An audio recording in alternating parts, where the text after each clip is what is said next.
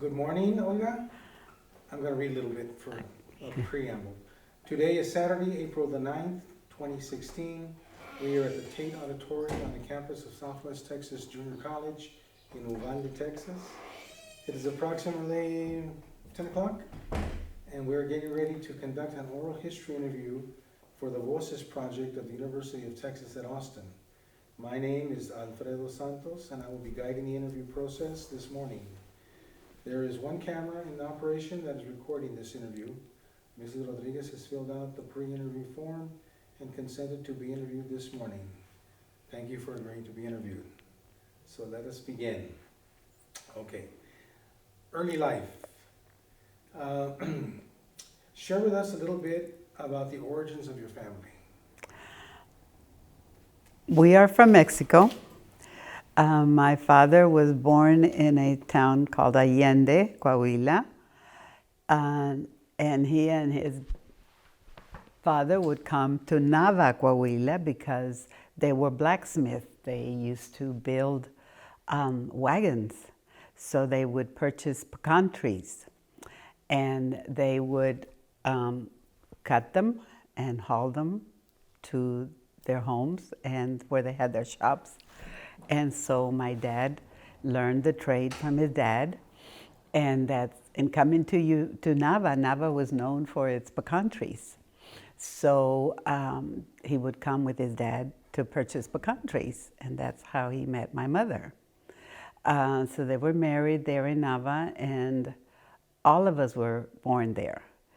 But there came a time when the Mexican government changed its laws to protect the trees, and so they cut back on the number of trees that could be cut down, and so that took away their livelihood. They did do some farming. My dad had a few cows, and they did a little bit of farming because on my mother's side, my grandfather, Papa Grande, raised crops and so forth, you know. But when all that went away, he started coming to work in the United States. His parents had always, during their early years, they could cross the border back and forth. I think they used to tell me they paid a nickel to cross. And so they were always spending time in Eagle Pass or San Antonio, but they would always go back to Mexico. Well, my father, as a young father, wanted to provide for his family, and so he started coming to the United States, working mostly as a laborer, but always saving money so that he could get our papers because he wanted us all to come and live over here. So finally, in 1953, they had everything together, and we came and spent maybe half a year in Piedras Negras with his parents. And so until all our paperwork came through, all the examinations and so forth. So finally, on October 12th in 1953, we crossed the border with some of our belongings from Mexico. So you could say that the Eagle Pass border was like our own Ellis Island. That's how we crossed. And our first home was in El Indio, Texas. Compared to my grandmother's house, it was a terrible house, but my daddy soon fixed it up. My dad was a carpenter, a mechanic, a plumber, everything. So he fixed up our little house, and we were happy. And lucky for us, we attended school in a small elementary country school in El Indio, Texas, which consisted of maybe 2 classrooms. The other half of the school was the apartments where the teachers lived. And the teachers that we had were a couple from Georgia, Mr. and Mrs. James. And they were a beautiful couple. And there was another teacher by the name of Ms. Mobley. But they took us in, and there were, of course, other kids there.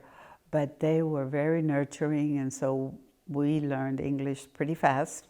My sister Dora attended high school, I think, in Eagle Pass. She rode the bus. But the rest of us stayed in El Indio until 1955, when one of my uncles came over and told my dad that there was jobs available at the White's Uvalde mines. And so that's how we came to Uvalde in 1955. And we lived on a house owned by Agapito Luevano, and on Canales, I think the street was Canales. And my mother drove during those few years early years, and I still loved remembering her driving us down Highway 90 to see my aunt who lived very close to the Jardín de los Héroes Park. So that was my early years in Uvalde. My first school was Benson Elementary, and then later I was and my sister Emma, we attended Dalton Elementary, and then the West Main Junior High, and then eventually to Uvalde High School. Did you have Miss Pilgrim as a teacher? No, but I think my husband did. Oh, okay. Mm-hmm. And you went to the old West Main School? Yes, I loved that school. The one with the slides? Yes, we would do fire drills, and we all had to come down those slides. Okay. All right, let's see. What street did you live on in Uvalde?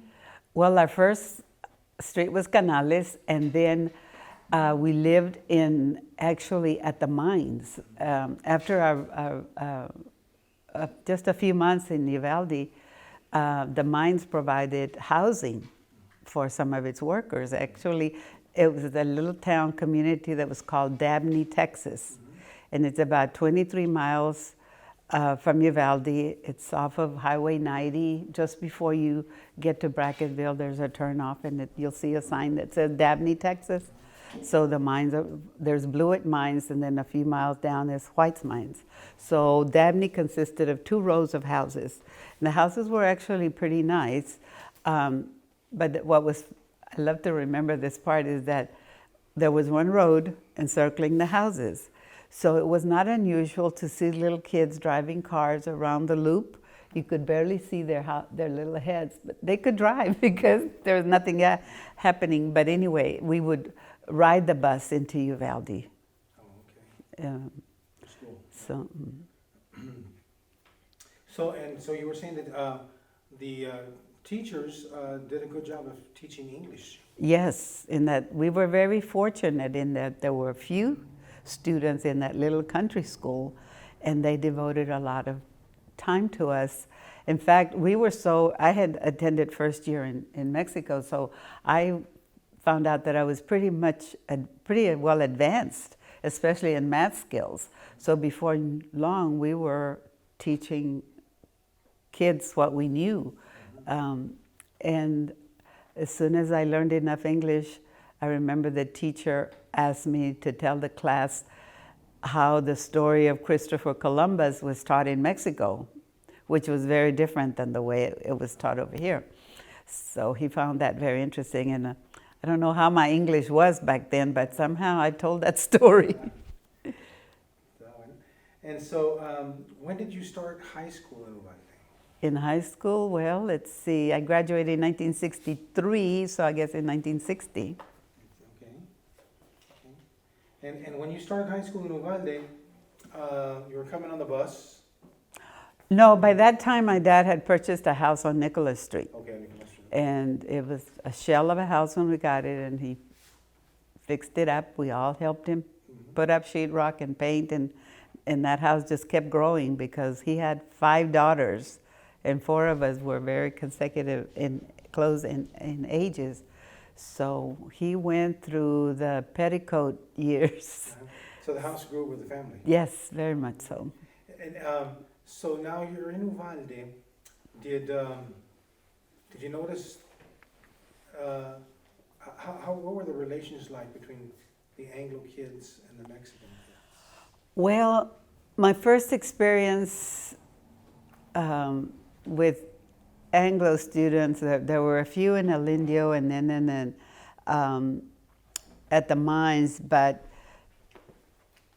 I was at Benson Elementary, which in those years the schools were pretty much segregated. So Benson and Dalton had the Anglos with a few Mexican kids. So I was exposed to Anglos there and in at Dalton Elementary. But you always felt that division, you know. We didn't play at each other's houses. We all kept in our communities. We went to school, but after school, everybody went Their own separate ways. separate schools. Some of the Anglos attended Catholic schools, Catholic church, but during my years in Uvalde, there were two Catholic churches. So the Anglos went to their Catholic church and we went to ours. Later, the Anglo Catholic Church was closed, and so we began to see them in our church. But all through high school, there was very little social interaction with Anglos. Now, when there was two separate Catholic churches, was there still one God? Yes, there was. One God. Thank God for Father Santos, who came in and said that we could not afford to support two churches. Moses? His first name was Moses? No, Father Santos. I forgot his first name, but he was, Father Moses came later. Okay. But Father Santos is the one that closed St. Mary's Catholic Church. Oh, okay. Where was St. Mary's Catholic Church located? On Getty? No, on North High, next to the telephone company building. Oh, okay. And so, so in high school, were there any Mexican American cheerleaders during your time? Yes, by then there were. Rachel Ruiz was a cheerleader. Lupe Hernandez was a cheerleader. And I can't remember, but we were, one of the greatest moments for us was when Beatriz Flores was elected homecoming queen. Oh. That had never happened. But you could feel that the Anglo teachers held us back from participating in organizations. And I remember specifically running for class officer. And they would take us to the auditorium, and by classes, of course.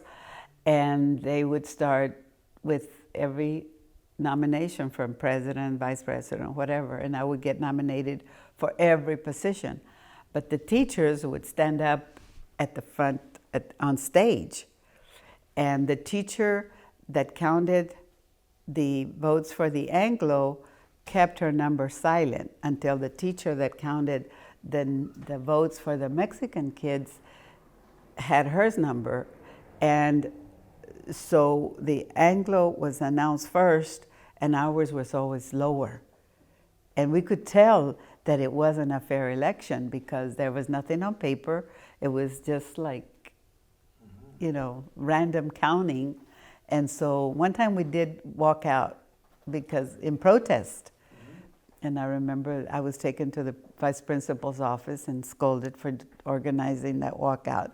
And at that time, Henry B. Gonzalez was trying to run for Congress. And I remember the principal telling me, "You've got the same problem that Henry B. Gonzalez has in San Antonio. He can't get his people together." Wow. That must have been in 1961, 62. Around that time. And I didn't even know who Henry Gonzalez was. Was Mrs. Tafoya? She came later. She came later. Yes, Okay. Did you go to school with Tony Santos, my cousin? He was older. He was older. He was a year or two older. Okay. All right. So when you were in high school, they elected the first homecoming queen. Yes. Beatriz what? Flores. Flores. Hermana de Santitos Flores. Okay.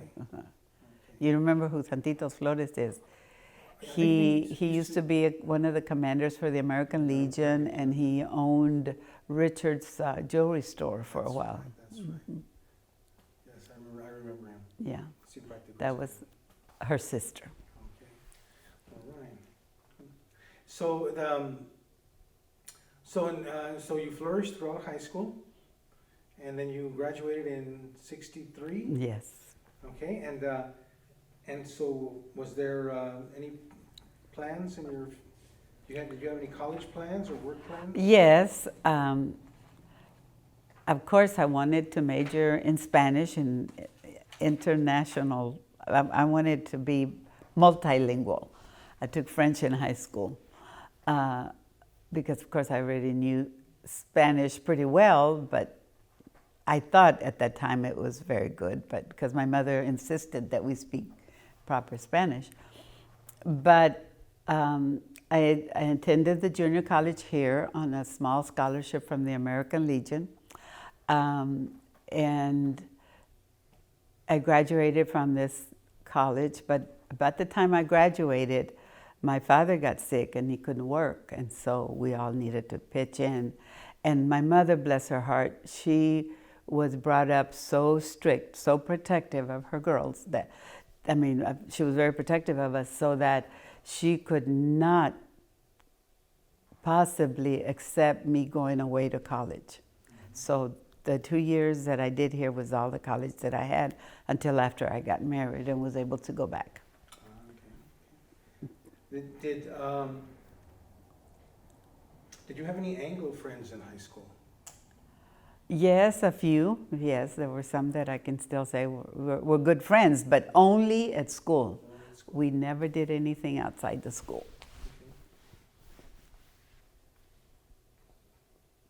Okay.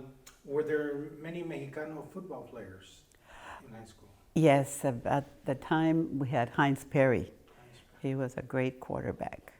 He later died of leukemia.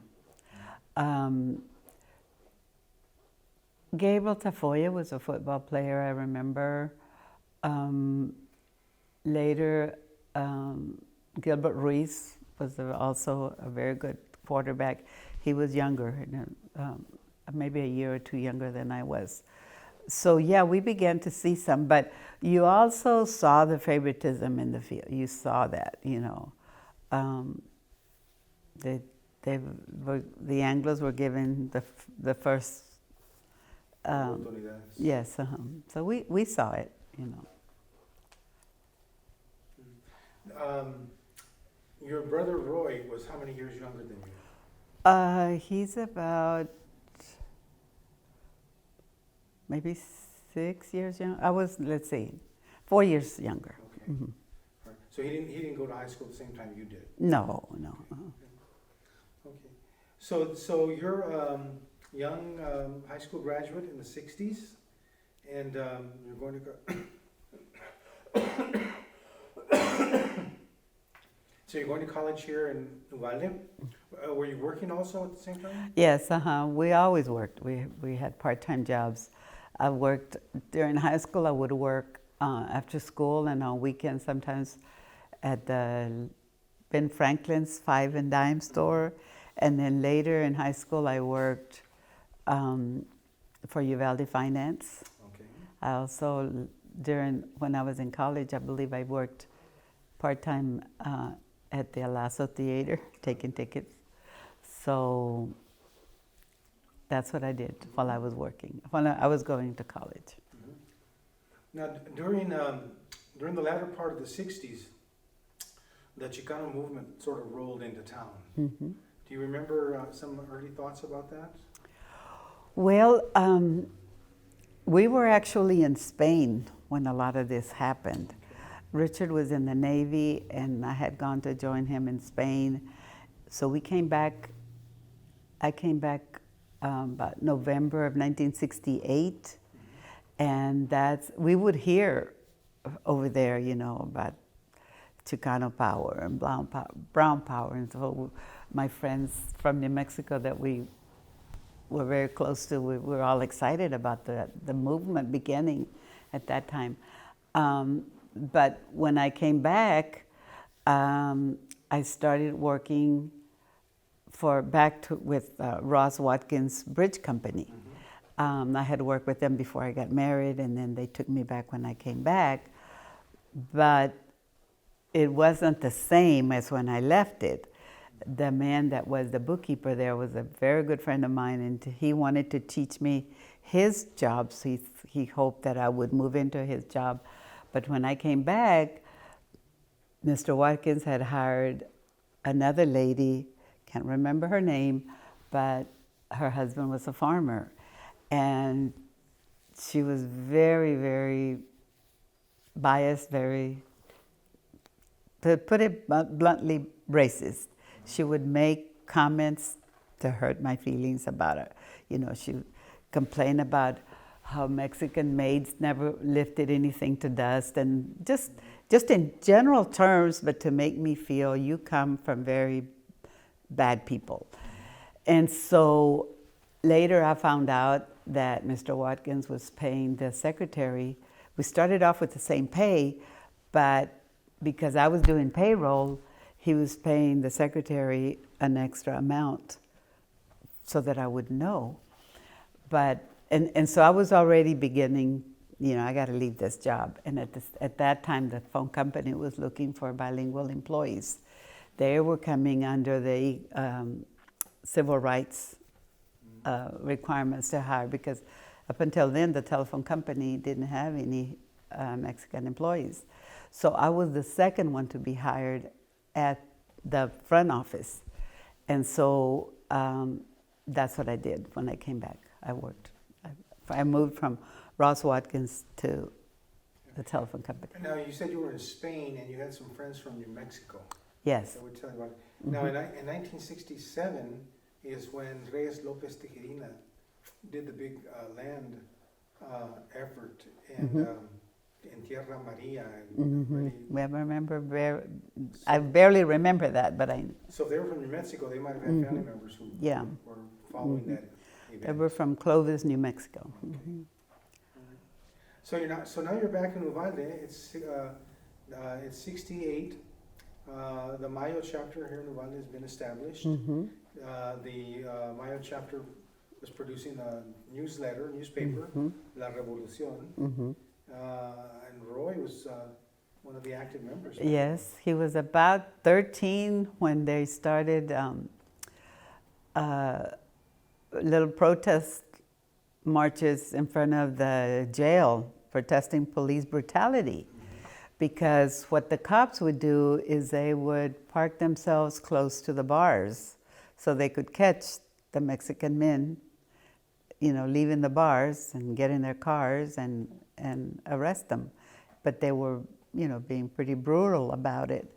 And so Roy and I can't remember all the others that were with him, but I have a picture of Roy, 13 years old, protesting police brutality. I think one of the men that was beaten up was Mr. Fuentes. You remember Marina Fuentes? I remember, I think that was he was. Garden Street. Yes. But yes, my brother began to be politically active at a very young age through Mayo. Él era muy amigo de Gilbert Cuellar. Oh yes, Gilbert. Rodriguez. Do you remember the Pearl Beer boycott? Yes. What do you know about that? Well, you refreshed my memory when you wrote that piece on Facebook about your mom. I thought that was awesome.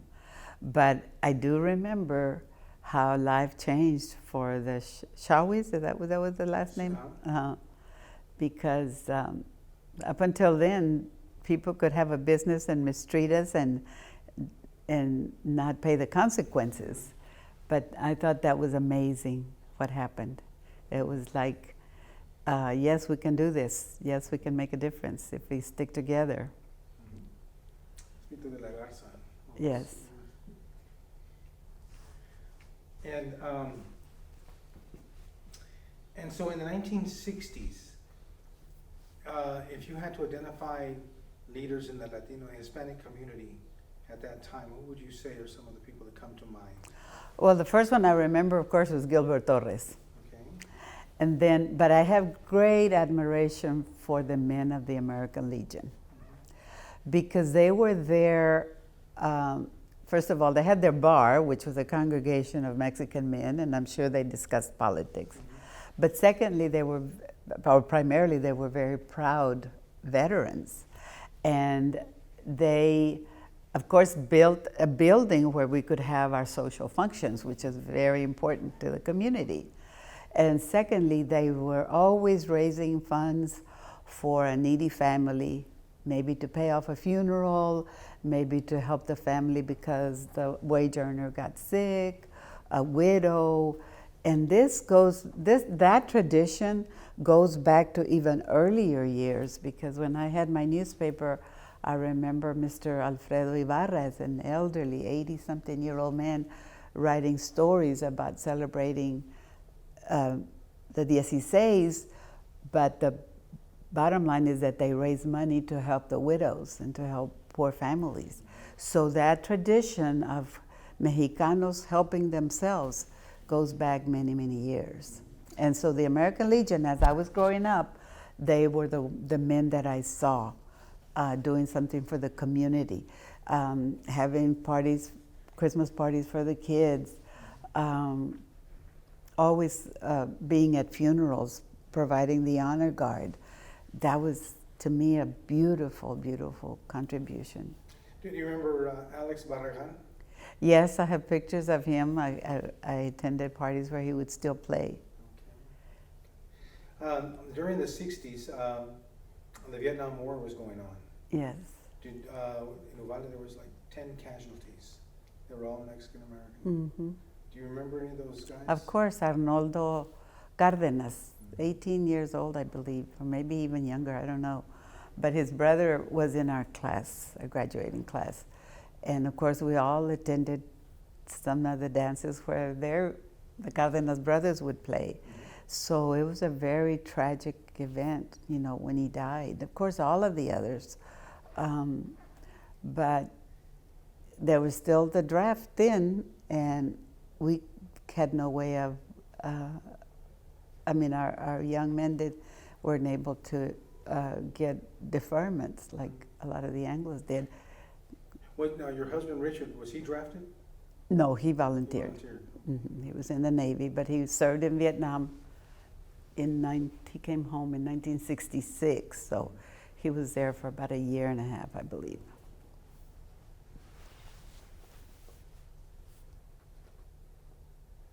Do you remember much about Mr. Jose Rodriguez? I remember that he ran for the city council, and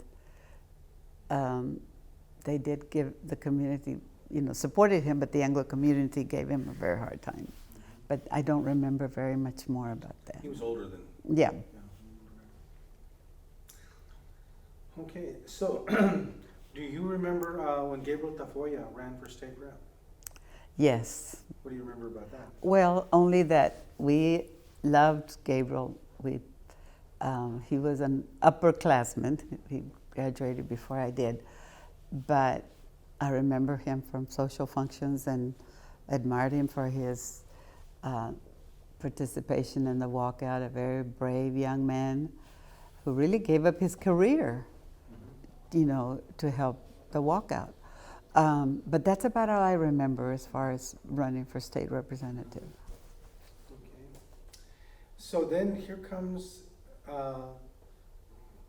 George Garza. He's a school teacher, and it's early 1970, and he goes to his school contract doesn't get renewed in February.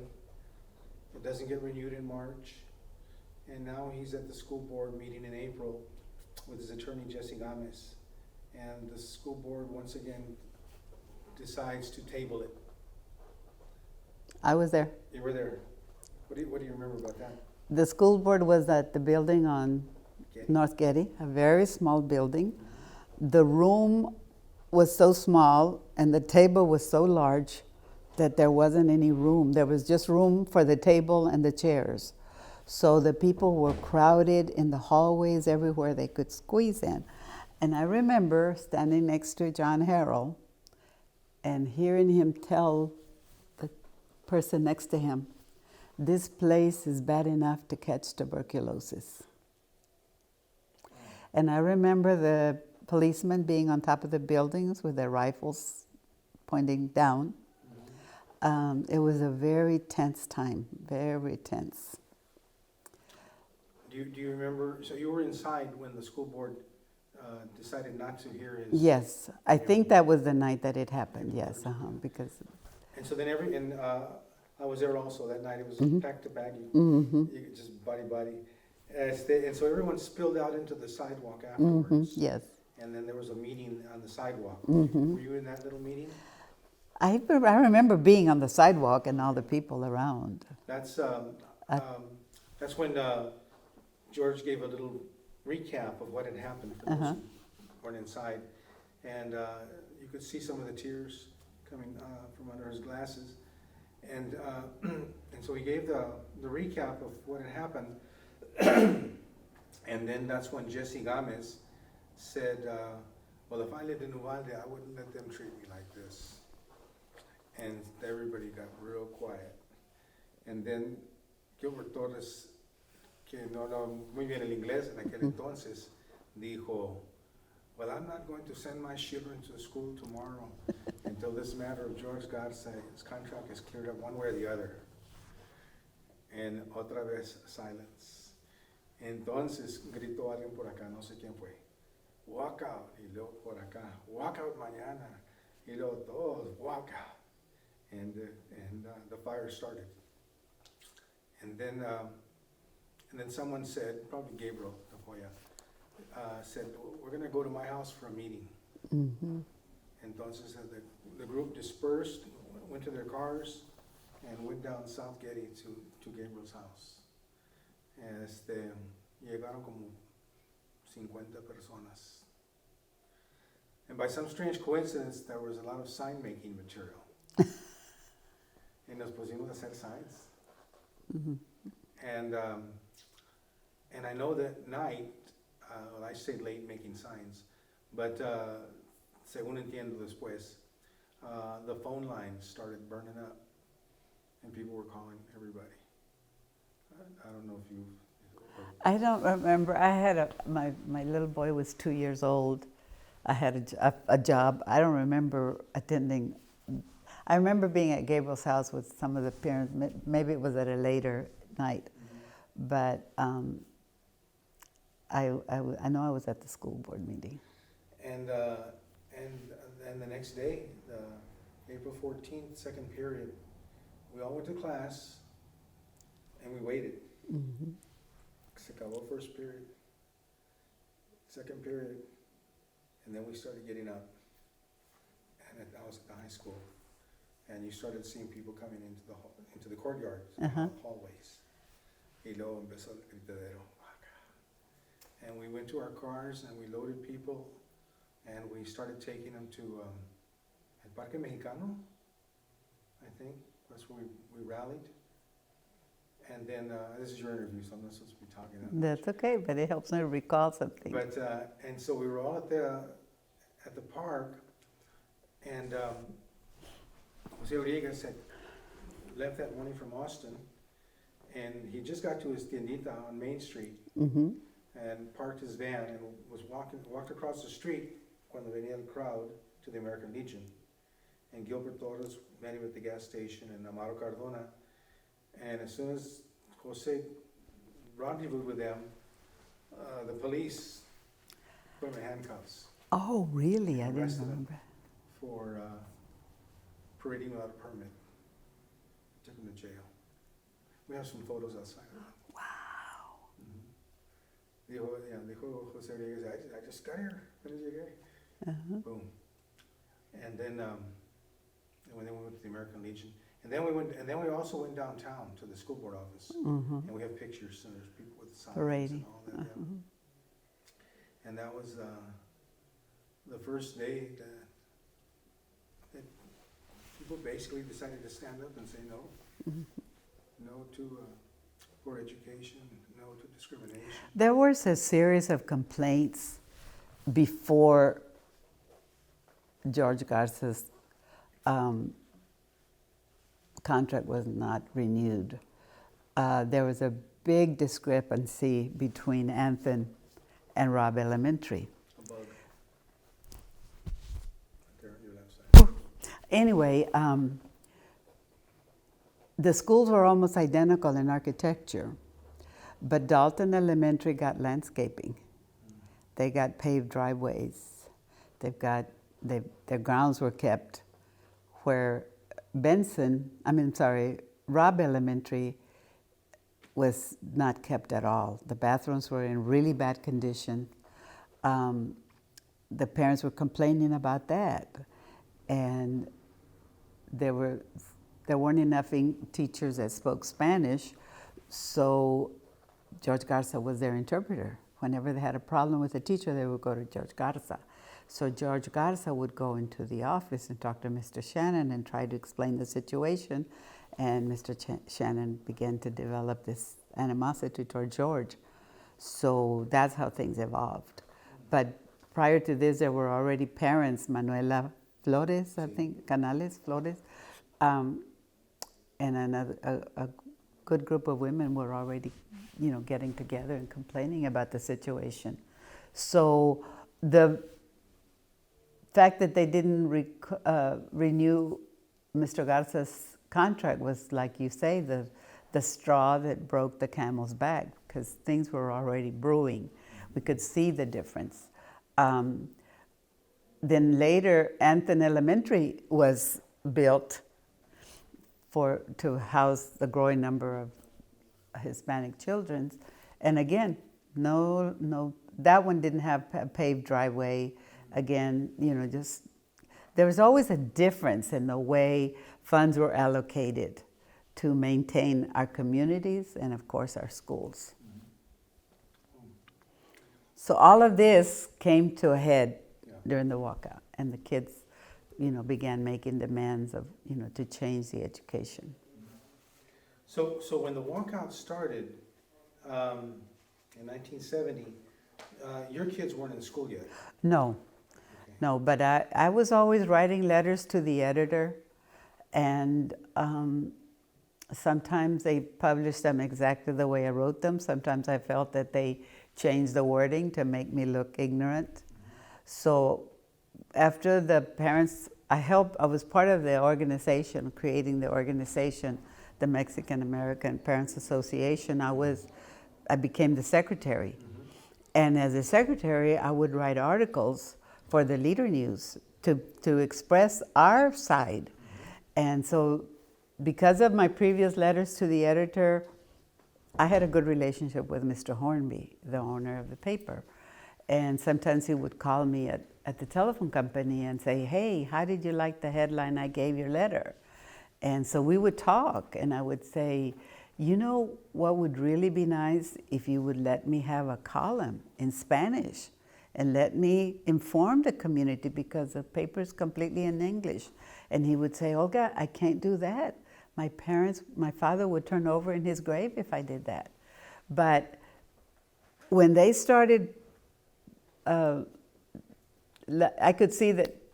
I think one time I went by the Leader News, and I could see that the president of the school board was leaving the office shortly after I had submitted a letter to the editor. So I know that they were in cahoots. They knew what was coming. So then after that is when I started my little radio program. So we had a little program called Comentario. And again, that was a result of the walkout, because during the walkout there was a complaint filed with the FCC against KVOU for not providing equal time to events happening in the community, not being fair in its information.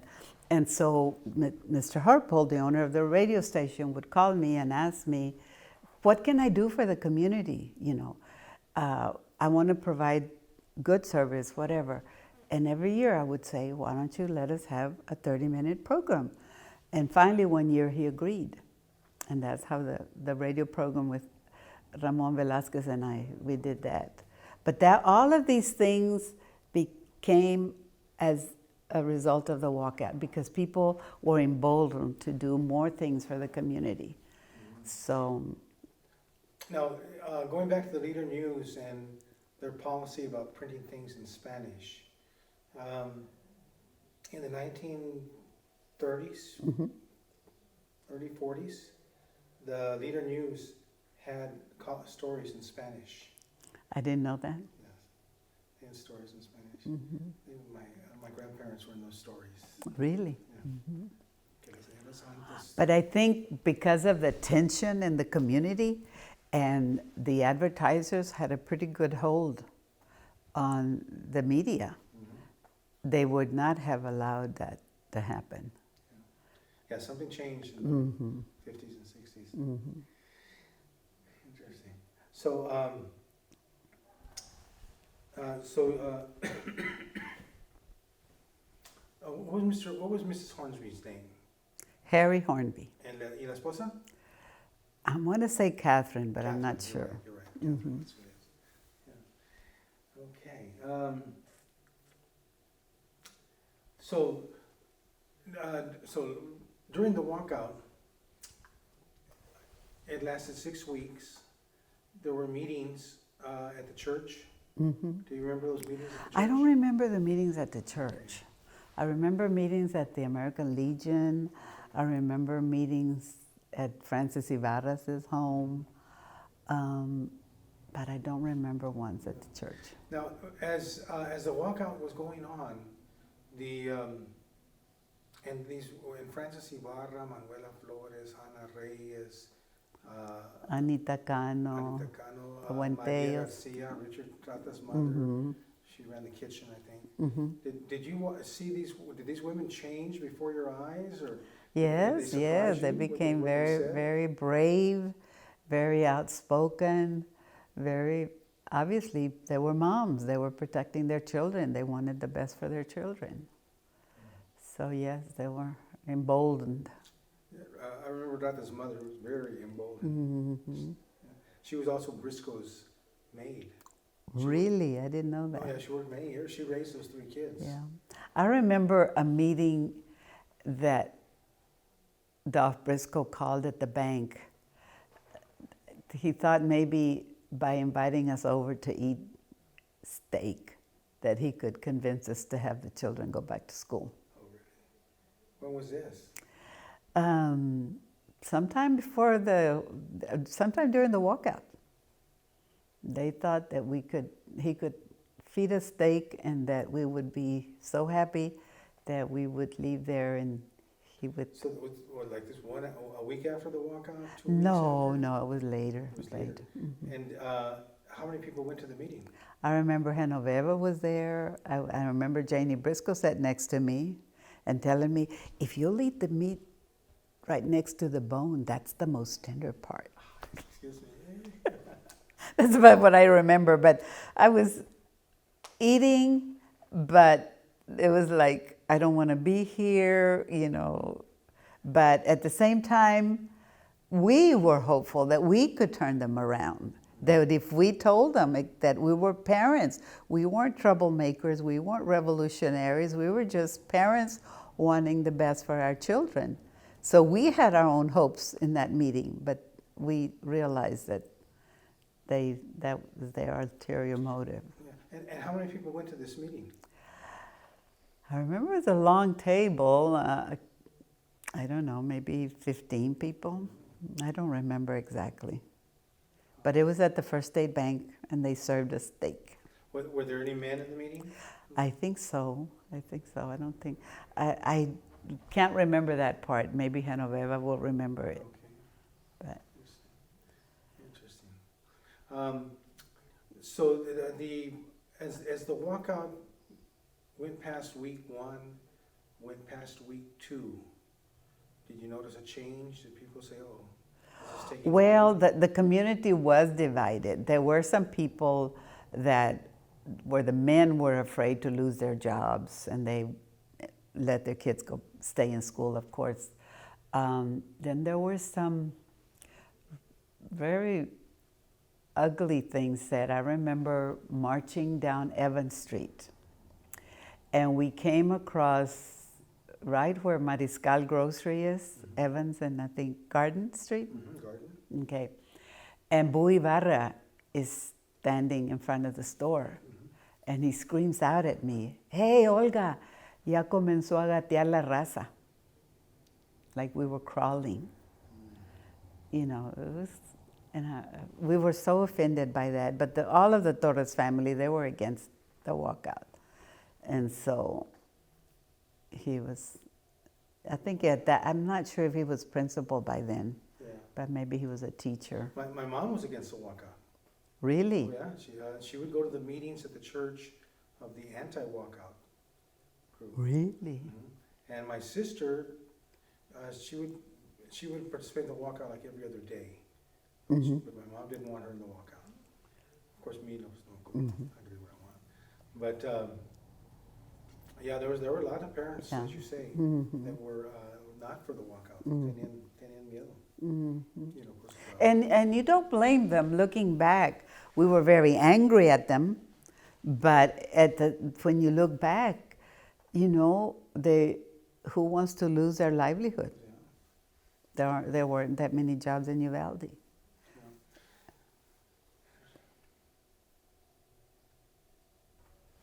Now, did you worked for the phone company? Were you worried about your job? Yes, I had when I first started at the phone company, they were very happy to have me. The two ladies that worked there were Sally Robinson and Carolyn Carson.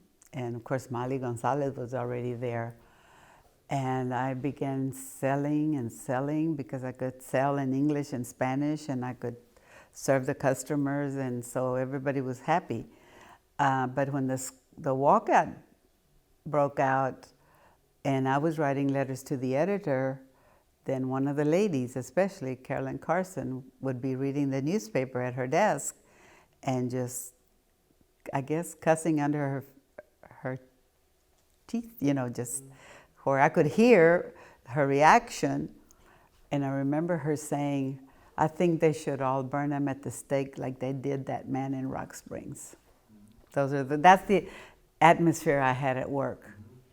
And then one time, after MAPA was formed, which is Mexican American Parents Association, then the German Americans, I don't know how many there were in Uvalde, but a small group formed the German American Parents Association. So Gordon Erkfitz, I remember he wrote a letter to the editor saying that if we didn't like our children being discriminated because of the difference in their skin, he recommended that the parents should powder their children's faces and before they send them to school. And then, of course, I responded, if you don't like, being in a community with Mexican Americans, I suggest that you hitch the old covered wagon and you head back east and you row your boat back to where you came from. So anyway, those are the kind of things that were going on in between while I was working at the phone company. So I had a very difficult time surviving it. If it hadn't been for the Communication Workers of America Union, I probably would not have survived. Because going back to Gordon Erkfitz, he showed up at work one time and started screaming at me. I remember being in the copy room and he was there screaming. Screaming what? To something you wrote? Well, just against the walkout, So yes, it was difficult being an activist and having a full-time job. Were you ever issued a reprimand or any verbal warnings? No, there was an interesting situation. This was later remember when Alonso Villarreal went for the school board? I don't remember. It was I don't know if it was a few years later, but by that time I was continued to be real active. And Alfonso had called me at work and I was talking to him, and another lady who had come to live in Uvalde from Carrizo, they were running away from the Raza Unida takeover in Carrizo in Crystal City, and she was very bitter. And so she asked another lady that worked with me, Rose Villescas, who I was talking to. And so Rosa says, I think it's a guy, Villarreal, who's running for the school board. And so he reported me to the manager and said that I was on a personal call during company time and I was talking politics. And so they called me into the office and the manager says, there's been a complaint that you're on a personal call during work hours, blah, blah, blah. And I said, I need to know who told you that. And so they bring in poor Rose Villescas. Her husband was very active, A. Villescas. And she just asked me who she was talking to, and I said, but I didn't complain. I didn't say anything. I said, so who asked you? Hannah. So, okay, bring Hannah in. Okay, Hannah. I said, okay, is this going to be a complaint about a personal call or about it being a politically related call? And I said, because if it's personal, and you're telling me I can have personal calls, then you're going to have to do something about her family walking in the office, sitting around her office, the husband kicking the trash can and causing all kinds of commotions. So you need to reprimand her for that. Now, if it's politically motivated, then what is that hat for Dolph Briscoe doing on your rack there? Said, you go out and campaign for Dolph Briscoe for governor. Because as a manager, he was required to get involved in the community because the rates were set by the city council at that time. And so he was doing political work on company time. So it all fizzled out. But I had to be on the defensive all the time because things happen as a result of my being active. So it was not an easy time. I'm going to step in for 1 second and just adjust that cord. Okay. You mind leaning Do forward I just a little move bit? too much? Yeah. Actually, we might leaning forward just a bit. Okay. Yeah. A little bit more. I just make sure that. There we go. If it falls again like that, you can just Okay, adjust it Okay. like that. okay. So the walkouts now in week 3, week 4, and it's about this time when it's announced that the walkout students are going to be punished. Yes. Some are not going to graduate. All of them are not going to graduate. And that others are going to be held back a year. Do you remember anything? Yes, I did. My sister was one of those. It was a very sad time. I remember some of us that were, I guess, the officers of MAPA would attend meetings in San Antonio. I think Buckner Fanning and I think Bishop, I'm not sure, he was a bishop then, but Father Steuben was involved in a group of multi-denominational group that they had, and they brought us in and they got involved. They wanted the kids to help us get the kids back in school, but it was to no avail. The school board was not going to listen to anybody. And we couldn't go back. You know, we had taken the step and the parents would not send their kids back. They would rather have the kids lose a year and move forward with the changes, you know. So Genoveva Morales was also very active at this point? yes, our first president was Frances Ibarra. And she was president when Walter Mondale came to visit. And later, Genoveva became the president. And she had about 10 or 11 kids? She had 11 children. So they were all in the walkout. Wow. I remember that. And so, Mary Helen, your sister, your younger sister, ella fue la que trajo las noticias a tu mamá que iba a tener que Oh yeah, recibir una- yeah. Mm-hmm. And your mother? And my mother was the greatest political mom you could ever meet. She loved education. She wanted us to have a good education. She believed in us standing up for our rights.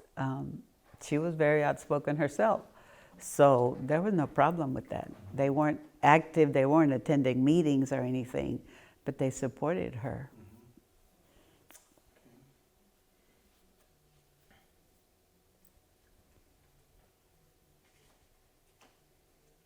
Question 63.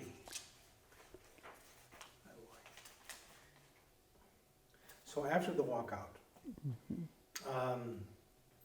MAPA was still active? It stayed active several years. We continued to have fundraisers.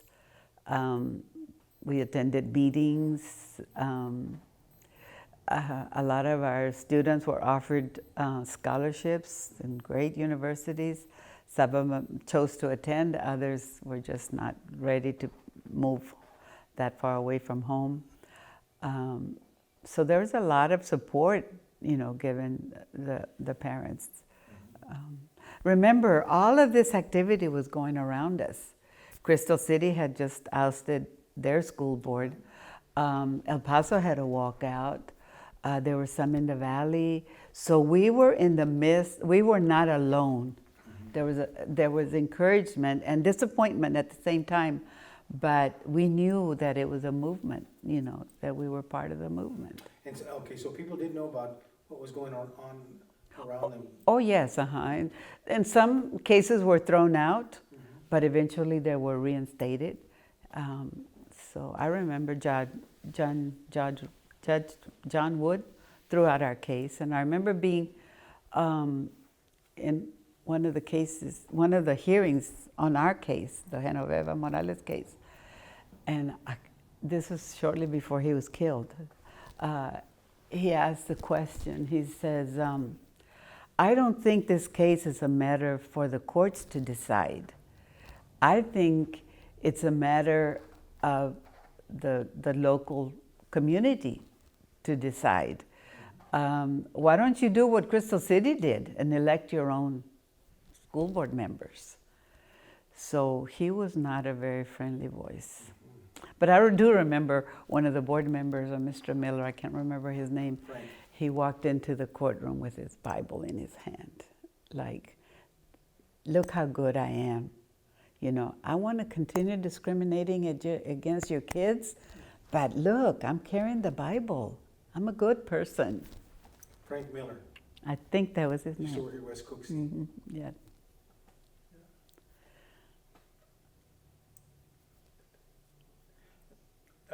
When the Walter Mondale visit was getting ready to happen, how did you know about that? Someone called you? Probably, I don't remember. I just knew that we all were very excited that he came to our barrio. Do you remember when Newsweek magazine? Yes, opened that article? I remember Remember that. what happened? I don't know, I just remember that it was something that said side by side but a world apart. Right. And it showed a lady getting water from the cemetery Right. because they had no water. Yeah. And someone bought out all the copies of the magazine in town And and didn't want us to catch it. I didn't remember Yes. that. Yeah. Yeah. Alex Square. Really? Compró todas las revistas, all as many you could get before the word got out. Is this the senior, Alex, or the younger? Nico. Really? Yes.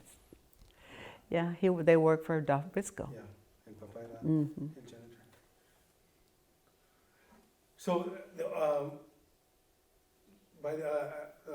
right before the walkout, I had left. I had gone to California with Navares and Mofle, so I could register for the draft over there. I got into a big fight with the draft lady. When the school year started back up, do you remember what the mood was? No, my children were little. My son was 2 years old when the walkout took place, and then my daughter was born a year later on April 20th, 1971. So it was a few years before they entered school, but I remember the fight over bilingual education. And when it was finally implemented by law, we found out that what they had done is they had placed all the disabled children in bilingual education. And these poor teachers were not prepared to deal with, handicapped children, but that's how they started the program. They wanted it to fail. Was Mike Mireles the school administrator by then? I think he might have been a principal maybe at Anthem at one time. I'm not sure, but I think he was a principal before he went to be was it assistant principal at the high school or maybe How about Rogelio Perez? Was he was a math teacher, do you remember? I believe so, but I don't remember too much Do you about remember that. Nena Ramirez? No, la esposa de Balta? The barber? Oh, Nena Ramirez. Uh-huh. Yes, I remember her. Okay, she was a teacher for a while, Uh-huh. but, before the walkout, Uh-huh. the high school. Let me see. So then in 1974, Gilbert Torres is elected county commissioner. Yes. There's a lot of excitement about that. Mm-hmm. And then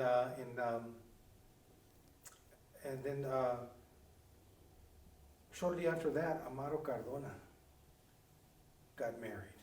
Do you remember some of the details about that? No.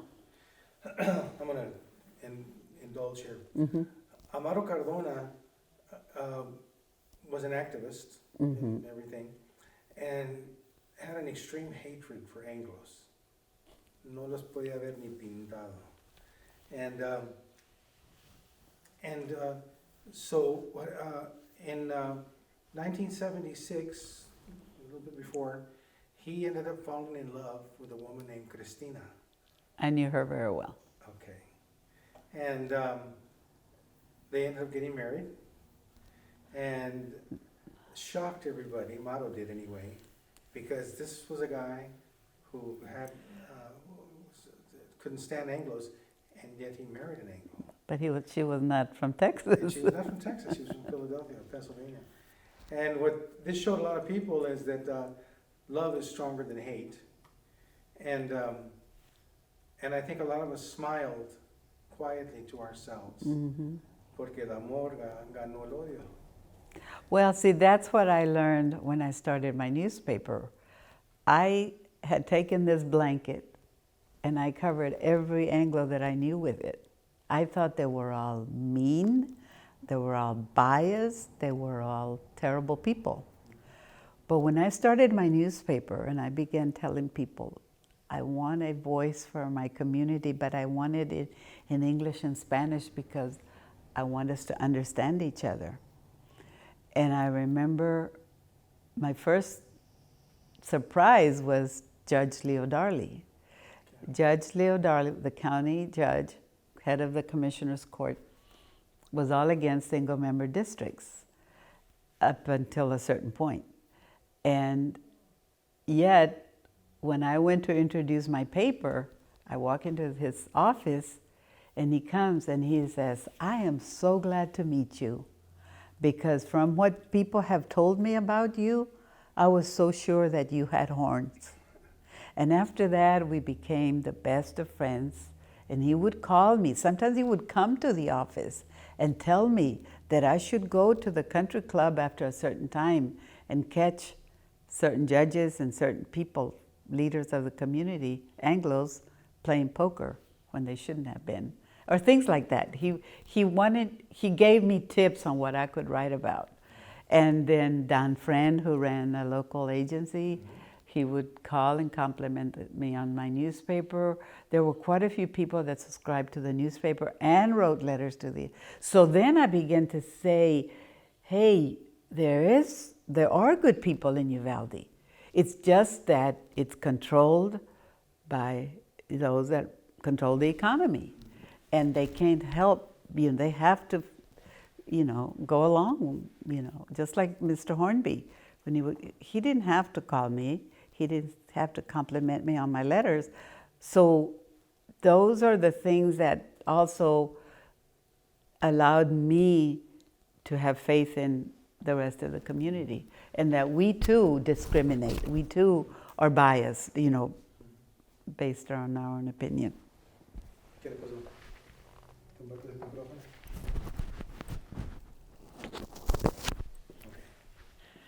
So anyway. So in 1977, you started the newspaper. Yes. Okay? And I remember I wrote a story for you. Yes. About a little kid who disappeared in the park. And that was a very interesting story. yeah, people still talk about it to this day. You ran that paper for about 4 or 5 years? Actually, no. We started late. November 13th, 1977 was the date on my first issue. Okay. And I don't know exactly how it came about. I was so frustrated. My radio program had been taken away. The Leader News was messing up my letters. And of course, at that time, we had been introduced to the Chicano Times from San Antonio. And Jose Luis Rodriguez would come to Uvalde to take, write stories and so forth. So I had met him. So I called him and I said, I would like to start a paper similar to yours. Can you help me? And he said, of course. So I left my job at the phone company, and with my last paycheck, I started my business. And I started selling advertising around town. And I loved the businesses that supported me because they had no idea what the paper was going to look like. And there was a Mr. Henderson, and I came across this picture the other day. He had a TV repair shop somewhere on the north side, north of Uvalde. And he bought me half a page, not knowing what the paper was going to look like. He was married to one of the Trevino girls, I think. Anyway, I just couldn't believe that. But slowly and slowly, I sold ads, and I had enough money to pay for the printing costs. So then we had all lot of stories, some of them handwritten, some of them typed, and we had our pictures. And Richard and I would drive into San Antonio and go to Jose Luis Rodriguez's house, and he would take them. He would go to San Antonio Press, he would get them typed into columns, and then he would bring them back, and he would do the layout. Then we would go back to San Antonio Press, wait for the paper to be printed, and drive home. And we did that for several months. I remember driving home in our little two-door car with my son in the back seat, and we would be rolling newspapers as we drove back, to the point that sometimes the newspapers were up to our necks. And we got to Uvalde, and we had our paid subscribers, and we started delivering the paper. That's what we did for several years until finally I was able to get my own equipment. And we did everything here, and we just drove into San Antonio to have it printed. But that's how we did it. I remember you guys had your office next to the Mayset office on Main Street. For a while, we were renting one of the offices at Paul Martinez. Yeah. Yeah. Yeah, I remember. Interesting, okay.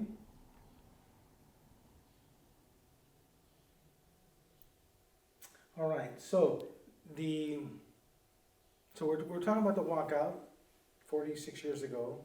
We're talking about your newspaper 42 years ago. You now live in San Antonio.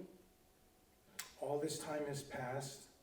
Looking back, what does Olga Rodriguez see in Uvalde?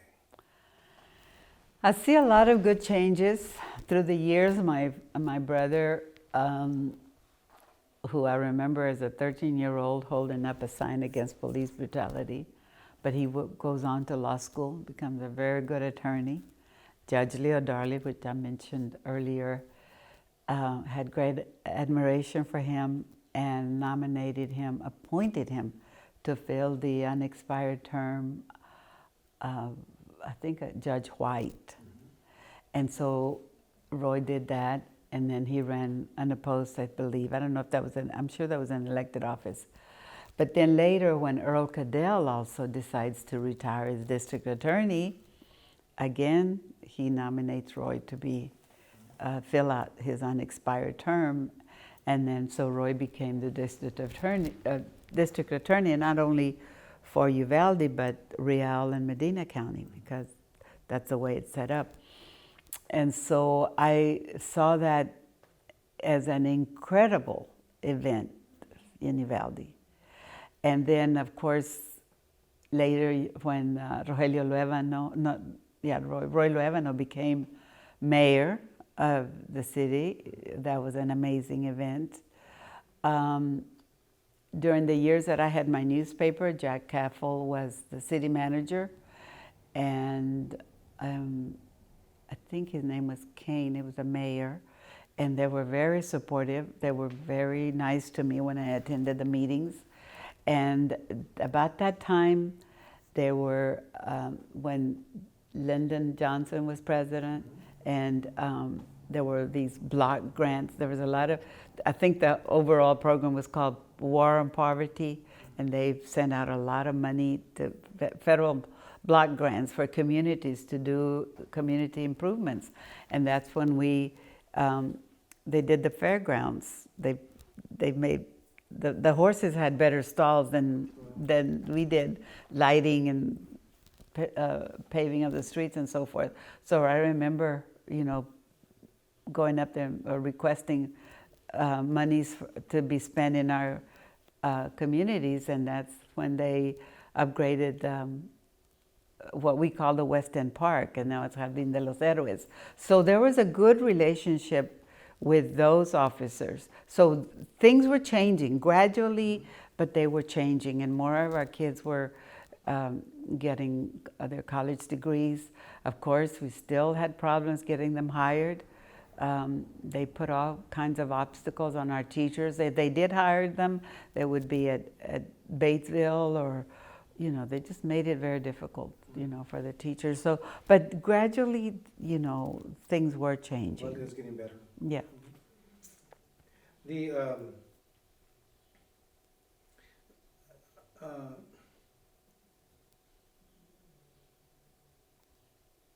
if there's one thing you could have done different in your life, what would it have been? You know, under the circumstances, I don't think I could have done things any different. It was difficult trying to be an active woman, being a mom, having 2 young children. I left my children with my mom many nights to attend meetings and then to run my newspaper. So that part, I do have some, I guess, guilt feelings about wanting to be active in the community and maybe perhaps neglecting my children. But I knew that we were in good hands with my mom. And of course, Richard was always very supportive. He, you know, I couldn't have done any of the things that I did if I hadn't had such a supportive husband. Volviendo a sus hermanos y hermanas, how many of them still live in Uvalde? No, now only the youngest one and my 2 brothers.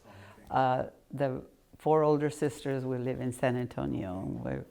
We're very close. We all found homes near each other. So, and I'm very active in the Catholic Church over there. So I'm still active in however way I could. And I did come back with a newspaper from 91 to 92, trying to come back because I felt that there was still a great need. And that's when I wrote the Willie de Leon story. So unfortunately, it's very hard to hold a full-time job and commute to Uvalde, but I would come for the school board meetings. Yeah, well, I would be remiss if I did not say to you that my foray into newspaper publishing is because of what I saw you doing. And we started La Voz in 1990 in Brazoria County, my mom did. And then we started La Voz here in Uvalde in 94. And it has, it continued. In fact, it was interesting that when I had my newspaper, remember Rosa Maria Rodriguez had her own newspaper too. I don't remember that one. You remember her? Yes. Hers was more completely Spanish. And she was a good sales lady, and then she was a good communicator. But I think ours was more relevant, you know. What I loved about the newspaper is that the social presentation, you know, the people were so proud of having their children, their weddings, their confirmations, their first communion, everything was in the paper in a social page, not in the grocery section like they would do at the Leader News. And then the stories that, you know, we were also trying to recover. The stories about the baseball league, the stories about the ship shares, the stories from Mr. Ibarra about the early celebrations in the communities in Hondo, and the stories that Anita Smith wrote about the Marianita was one of those beautiful stories about this little girl that would be taken when people were dying, and this little girl was witnessing all of that. And so all those stories, it was like we were recapturing, and when I was afraid that I wasn't going to get to all these people before they died. And so I haven't finished, but anyway. Okay. Well, let's see. We've answered a lot of questions. You spoke about a lot of different things. I think we're going to wrap it up. Good. Anything else you want to add, or anything we didn't cover? No, Are you no, hungry? just no, just that looking back, if it hadn't been for the bravery of the parents, of course the children, of course the students were brave, but the parents that supported them, because there were very many parents that were afraid, you know. And also, I think our bravery allowed some compassion to filter through, and some changes have come about because of that. Good. All right, well, let's end it there.